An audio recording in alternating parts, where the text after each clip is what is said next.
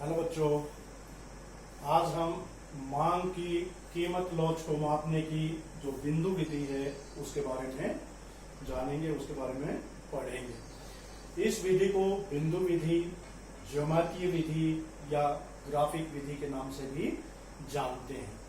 तो आपके एग्जाम में कोई भी प्रश्न हो सकता है, बिंदु विधि या ज्योमेट्रीय विधि या ग्राफिक विधि लिखा हो सकता है। ये सारी की सारी एक ही प्रकार की विधि। जब मांग में, किसी वस्तु की मांग में और कीमत में बहुत थोड़ा सा परिवर्तन होता है तो उस समय इस विधि का प्रयोग हम सामान्यतः करते हैं, बिंदु विधि का। इस विधि में क्या होता है कि जो मांग वक्र है, मांग वक्र जो है वो मांग बिंदुओं से मिलकर बना हुआ होता है। ये हम सभी जानते हैं कि विभिन्न मांग बिंदु होते हैं। जब हम उन मांग बिंदुओं को मिलाते हैं तो हमारा एक मांग वक्र तैयार होता है। तो मांग वक्र पर किसी भी बिंदु पर हम मांग की कीमत लॉज ज्ञात कर सकते हैं इस विधि के द्वारा। तो उसके लिए हम किस सूत्र का प्रयोग करते हैं कि किसी भी मांग वक्र पर जो बिंदु है, जिस बिंदु पर हमने कीमत लॉज का पता करना है, उस बिंदु से नीचे का जो पोर्शन है, नीचे का सेगमेंट है, लोअर सेगमेंट, उसको उस बिंदु से ऊपर का जो हिस्सा है उससे भाग दे देते हैं। तो उस बिंदु पर हमारी मांग की कीमत लॉज ज्ञात हो जाती है, पता चल जाती है। इसको हम एक उदाहरण के द्वारा, जैसे कि आपके सामने यहाँ पर मैंने बनाया हुआ है, ये मांग वक्र जो है एक सीधी रेखा भी हो सकती है और मांग वक्र जो है स्लोपिंग भी हो सकता है। उसको मैं दोबारा चित्र बनाकर आपको दिखाऊंगा। तो जब हम दोनों तरीके से इसको जानेंगे, पहला तरीका है जब मांग वक्र एक सीधी रेखा है। यहाँ पर मैंने आपको दिखाया है ओ एक्स जो अक्ष है उस पर हमारी मांग है, ओ वाई पर हमारी कीमत है, प्राइस है, और जो एम और एन ये एक सीधा मांग वक्र है हमारा, एम एन सीधा मांग वक्र है। तो इस पर विभिन्न बिंदुओं पर हम मांग की कीमत लॉज जो है उसको कैसे ज्ञात करेंगे। सबसे पहले हम मान लेते हैं कि जो P बिंदु है, एम एन मांग वक्र पर जो P बिंदु है ये इस मांग वक्र के मध्य में स्थित है। ये हम मानकर चलते हैं कि ये बिंदु इसके मध्य में है एकदम। तो इस बिंदु पर हम कैसे ज्ञात करेंगे, जैसे कि मैंने आपको सूत्र बताया कि लोअर सेगमेंट यानी नीचे का जो पोर्शन है, नीचे का जो भाग है मांग वक्र का। अब यहाँ पर नीचे का भाग क्या है, पी एन, ये हमारा नीचे का भाग है पी एन, ठीक है। तो यहाँ पर पी बिंदु पर अगर हम मांग की लॉज ज्ञात करेंगे तो पी एन भाग में एम पी या पी एम, हम कुछ भी इसको बोल सकते हैं, पी एम, यानी उस बिंदु से नीचे का हिस्सा भाग में उस बिंदु से ऊपर का हिस्सा। क्योंकि अभी मैंने आपको बताया कि इसको हमने मान लिया है कि ये एकदम मध्य में है, तो पीएम बराबर है पीएम है। तो ये हमारी यहाँ पर जो मध्य बिंदु होगा उस पर मांग की जो कीमत लॉज है वो 1 के बराबर होगी, यानी इकाई होगी, ठीक है। अब हम इस दूसरे बिंदु पर मांग की कीमत लॉज पता करते हैं। जैसे बिंदु ए है, बिंदु ए पर क्या होगी, इसका निचला हिस्सा ए एन, ए एन भाग में ऊपरी हिस्सा ए एम। अब यहां पर आप देख रहे हैं, हमने कहीं मापने की जरूरत नहीं है, ऐसे ही आपको दिखाई दे रहा है, क्योंकि ए एन जो है वो ज्यादा है और ए एम छोटा है, क्योंकि ये हमारा मध्य बिंदु था और ये इससे भी ज्यादा है, ठीक है। तो ए एन जब ज्यादा है और ए एम कम है तो ये क्या हो गया, ग्रेटर देन 1, यानी 1 से अधिक, इकाई से अधिक, यानी मध्य बिंदु के ऊपर की तरफ, मध्य बिंदु के ऊपर की तरफ, या हम कह सकते हैं बाईं तरफ जो भी बिंदु होगा उसकी जो कीमत लॉज होगी वो इकाई से अधिक होगी। एम बिंदु पर नहीं, जहां पर ये ओ वाई एक्स को छू रहा है हमारा मांग वक्र, वहां पर ये इकाई से अधिक नहीं होगी। इस एम से इधर कोई भी बिंदु हो तो मांग की जो कीमत लोच है वो इकाई के बराबर होगी। अब हम एक एग्जांपल नीचे की तरफ का लेके देखते हैं कि हम यहाँ पर मान लिया बिंदु बी की मांग की कीमत लोच ज्ञात करना चाहते हैं। तो यहाँ पर लोअर सेगमेंट क्या है, बी एन भाग में बी एम। तो ये क्या होगा, बी एम बी एन, क्योंकि छोटा है और बी एन बड़ा है, तो हमारा जो उत्तर है वो 1 से कम आएगा। ठीक है, 1 से कम आएगा।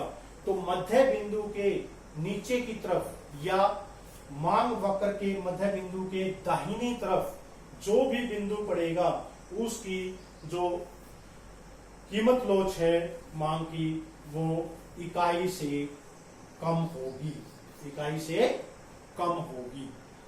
ठीक है, ये हमने ध्यान रखने वाली बात है कि मांग वक्र के मध्य बिंदु के बाईं तरफ या ऊपर की तरफ जो भी बिंदु होगा वहां पर जो लोच है हमारी इकाई से अधिक, मध्य बिंदु पर इकाई के बराबर, और मध्य बिंदु से नीचे की तरफ या दाहिनी तरफ जो भी बिंदु होगा उस पर जो इकाई लोच है वो इकाई से, मांग की जो कीमत लोच है वो इकाई से कम होगी। अब हम ये दो बिंदु लेते हैं, ओ एक्स अक्ष पर एन बिंदु है, यहां पर हम देखते हैं कि इकाई की लोच क्या है। एन बिंदु पर नीचे का सेगमेंट कुछ भी नहीं है क्योंकि एन पर हमारा खत्म हो गया मांग वक्र, 0 है। नीचे का सेगमेंट हमारा क्या हो गया, 0 भाग में पूरा का पूरा जो मांग वक्र है एम एन। ये क्या हो जाएगा, जब 0 को हम किसी भी संख्या से भाग देते हैं तो उत्तर हमारा 0 ही आता है। तो यहाँ पर ओ एक्स अक्ष पर जहां पर ये मांग वक्र हमारा छू रहा है, मांग की जो कीमत लोच है वो 0 के बराबर होगी। और दूसरी तरफ बिंदु एम है, यहां पर आप देखेंगे एम पर नीचे का पोर्शन पूरा का पूरा है एम एन, लेकिन जो ऊपर का पोर्शन है वो हमारा 0 है। तो जब हम किसी भी संख्या को 0 से भाग देते हैं तो हमारा जो उत्तर है वो अनंत आता है।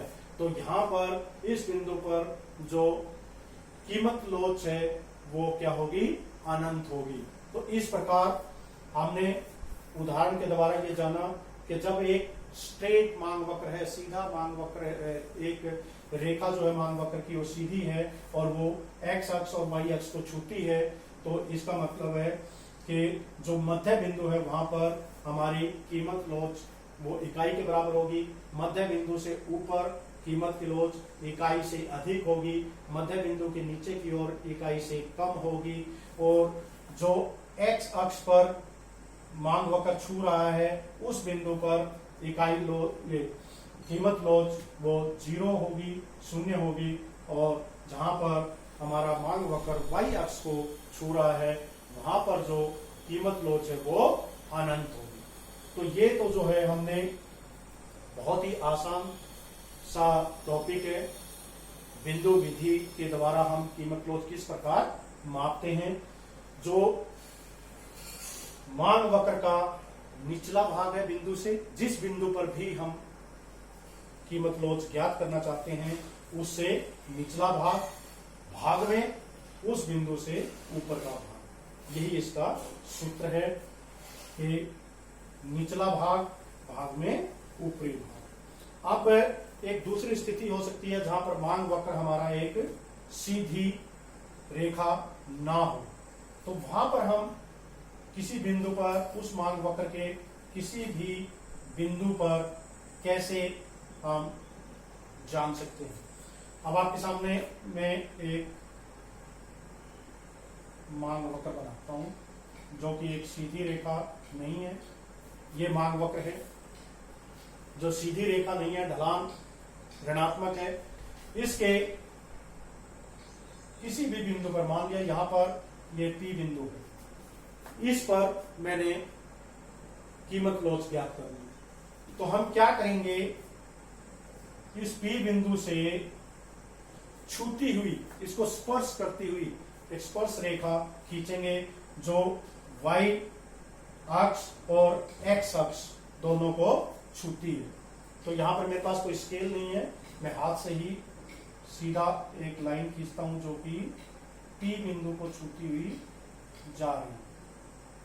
ठीक है, ये यहां पर P बिंदु को स्पर्श करती हुई रेखा मैंने खींची। अब ये जो है ये हमारा वही पहले वाला तरीका आ गया, मांग वक्र की तरह ही, जो सीधी रेखा मांग वक्र थी।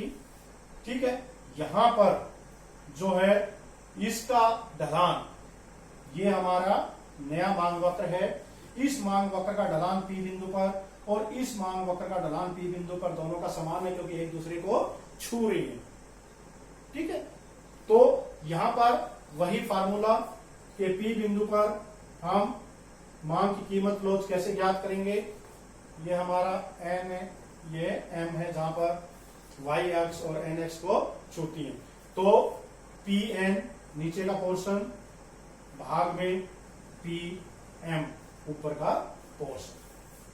ठीक है, तो ये जो है अब देखने से ही हमें लग रहा है, नहीं तो हम इसको स्केल से माप भी सकते हैं कि ये बिंदु हमारा कहां पर है, मध्य में है, मध्य से ऊपर है या मध्य से नीचे है। तो यहाँ पर तो देखने से ही हमें पता चल रहा है कि मध्य बिंदु से ऊपर है, जो हमारा P1 है वो अधिक है, इसलिए ये ग्रेटर देन 1 यानी इकाई से अधिक यहाँ पर P बिंदु पर होगा। तो ये जो ज्यामितीय विधि है बहुत ही आसान है, कोई इसमें ज्यादा मुश्किल नहीं है। दोनों तरीके से मैंने आपको बता दिया कि जब एक सीधी रेखा मांग वक्र हो तो कैसे हम निकालते हैं, और जब एक मांग वक्र एक सीधी रेखा ना हो तो हम ज्यामितीय विधि या ग्राफिक विधि द्वारा कैसे कीमत क्लोज का पता लगाएंगे। मेरे ख्याल से मुझे आशा है कि सबको ये समझ में आ गया होगा। फिर भी अगर किसी तरह का कोई डाउट है तो मुझे जो है कांटेक्ट कर सकते हैं और इसे समझ सकते हैं।